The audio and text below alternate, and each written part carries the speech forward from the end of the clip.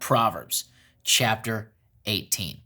I want to open up, and I normally utilize the NIV because it's easier to understand the English word choice in the translations. Many of you might read the King James 1611 version, the New King James, or what have not. I've talked about this before. I utilize the NIV because it's easier common English.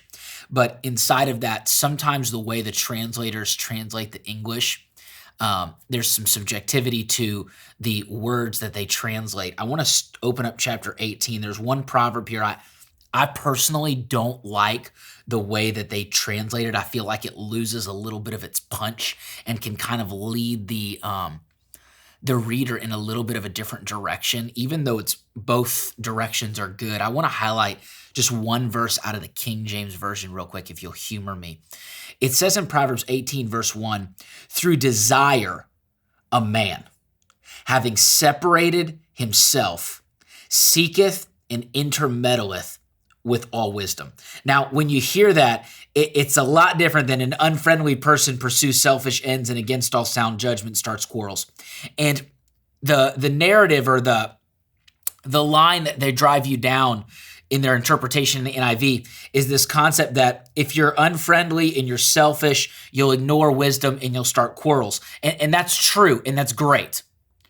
But one thing I want to highlight is these, and I know they're big words, but it's this intermeddleth with all wisdom, and this notion of having separated himself. So I'm going to read it one more time, and I'm going to jump into it. Through desire, a man.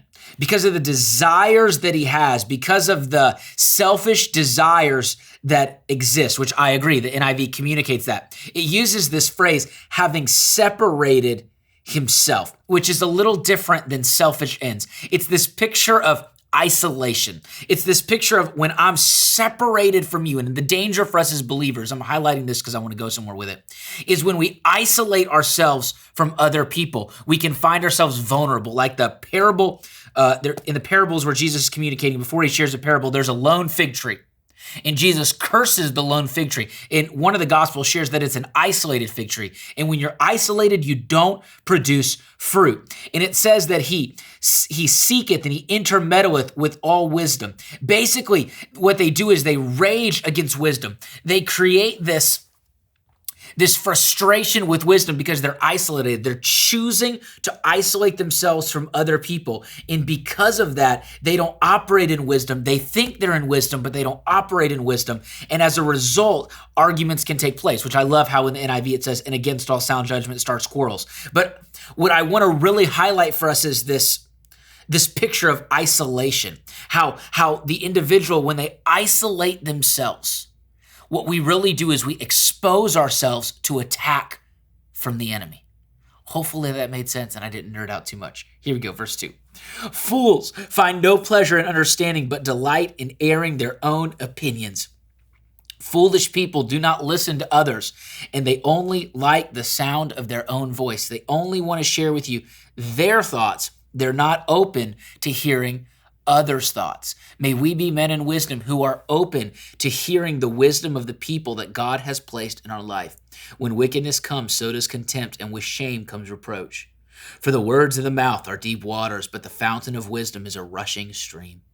It is not good to be partial to the wicked and so deprive the innocent of justice. We don't want to show partiality. We don't want to show favoritism. This is a theme we've talked about in Proverbs. For the lips of fools bring them strife, and their mouths invite a beating. They invite pain into their own life by the words that they speak. The mouth of fools are their undoing, and the lips are a snare to their very lives. Again, they can't help themselves. They talk themselves into trouble. We need to learn to speak less, listen more. He gave us, you've heard this, 2 ears so that we can listen twice as much as we talk. The words of gossip are like choice morsels. They go down to the inmost parts. They have a way of piercing, even if we don't want that to take place. I encourage you with this. If there's someone who's gossiping a lot, I would encourage you not to talk to them. And I'd say, what do you mean? There's something about that gossip where even if you don't agree with it, if you listen to it and expose yourself to it, it can sink in. It can go to the inmost parts. And so sometimes we need to be hyperactive or proactive to cut off gossip, to say, no, we're not going there. I'm not going to go there. You can go there with other people, but I'm not going there with you because it's not healthy for me. One who is slack in his work is brother to one who destroys, for the name of the Lord is a fortified tower. The righteous run into it and are safe. We can run to Jesus and we will be safe. We don't have to run to Egypt. It was a picture in the Old Testament. We don't have to run to this world. We can run to the Lord. The wealth of the rich is their fortified city. They imagine it a wall too high to scale. But the reality is this: any wall can be scaled. But the Lord is a fortified tower. It's not about how much we have. It's about who we have. Verse 12. Before a downfall, the heart is haughty, but humility comes before honor. Pride comes before a fall. We need to always be guarding our heart. Guard your heart with all diligence, for out of it flows the issues of life. We've got to guard our heart. To answer before listening is folly and shame. Listen before we speak. And as we listen, let's listen with ears to hear so that it can sink in. We can process, we can ponder, we can filter through the word, and then we can reply. The truth in love, seasoned with salt, full of grace and truth. The human spirit can endure in sickness, but a crushed spirit who can bear? Hey, you can get over a cold, you can get over a fever, but if you've just been beat down emotionally, if your spirit is crushed, you're just defeated. And it's this picture of how we need to look out for others in our life who are sick emotionally and spiritually, not just physically. God uses us to minister to others. God is near to the brokenhearted, and God calls us to draw near to those who are hurting and help them. The heart of the discerning acquires knowledge, for the ears of the wise seek it out. A gift opens the way and ushers the giver into the presence of the great. For in a lawsuit, I love this one, the first to speak seems right. Verse 17, this is such a powerful principle. Not just in a lawsuit, in life, okay? The first person to give their point or their position sounds right until someone comes forward and cross-examines. There's two sides to every story. And we can hear a story or a narrative in the workplace, online, on the news, and it sounds so right, but it's just one perspective. So many things that I read, I love to, I don't want to call out specific places, but I will watch two different news networks. One I consider to be quite conservative, even though all news networks think that they're in the middle, none of them are. They're quite conservative. And then one that I will watch that is quite liberal. And I enjoy watching both perspectives because both of them are just presenting one side of the story. But to truly get news that is fair and balanced, I have to go listen to both sides of the story. And then I have to then put it together and say, okay, all right, what's the truth here? And it's so interesting because in a lawsuit, the first to speak seems right. A lot of times, if we just consume from one source and we never hear the alternative side, if we never hear a different perspective, well, then we just go with the narrative. And it's so interesting because there's so many issues in our culture today. And if there's something I would nitpick on in our culture, it's this mentality, don't let facts get in the way of a good narrative.